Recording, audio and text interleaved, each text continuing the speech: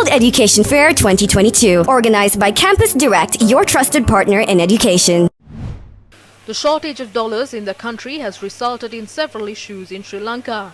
Last evening, the central bank said it would allow the exchange rate of the rupee to increase up to 230 rupees a dollar. For almost a year, the central bank had kept the exchange rate at 202 rupees a US dollar. The buying rate of a dollar stood at 227 rupees and the selling rate at 230 rupees today. In the last few months, a dollar had traded at around 240 or 250 rupees in the grey market. This saw the flow of workers' remittances and export earnings being limited as the official exchange rate was much lower. During this period, workers overseas used informal channels like Hawala and Undial to remit money to the country. To draw more remittances, the central bank began offering an incentive of 10 rupees in addition to the official exchange rate. The cabinet yesterday agreed to increase the incentive from 10 rupees to 38 rupees.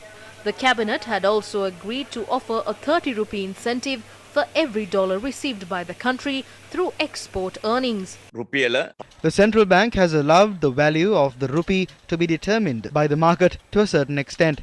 The central bank believes that this decision will benefit the employees of the export sector and expatriate workers, drive the export sector and will boost the economy.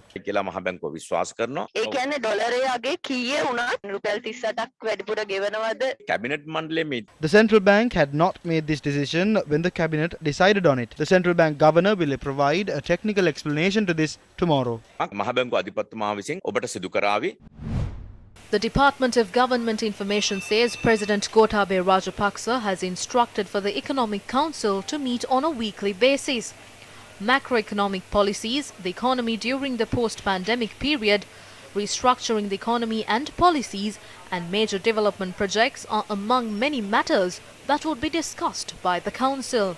President Gotabaya Rajapaksa, Prime Minister Mahinda Rajapaksa, Ministers Bandula Gunawardena, Basil Rajapaksa, Johnston Fernando, Mahindananda Aludgamage, Ramesh Patirana, Central Bank Governor Ajit Nivad Cabral, President Secretary Gamini Senarath, Finance Secretary S.R. Artigala and Central Bank Deputy Governor Dhammika Nanayakara form the council. Finance Minister Basil Rajapaksa is preparing a visit to India by the end of this month.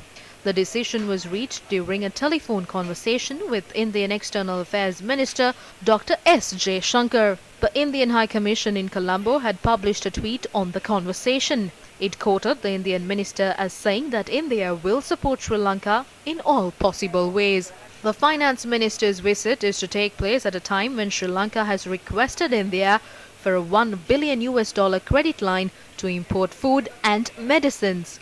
India has already provided a $500 million credit line to Sri Lanka to import fuel. Is COVID-19 the cause of the economic crisis? Sri Lanka's rate of inflation remains among the highest in the Asian region. In January this year, oil island inflation in the country rose to 16.8%.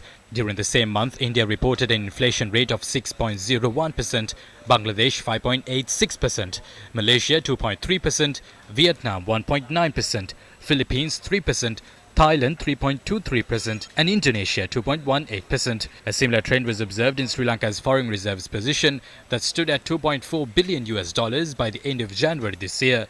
During the period, Bangladesh reported foreign reserves of $41.7 billion, Indonesia $141 billion and Malaysia $116 billion.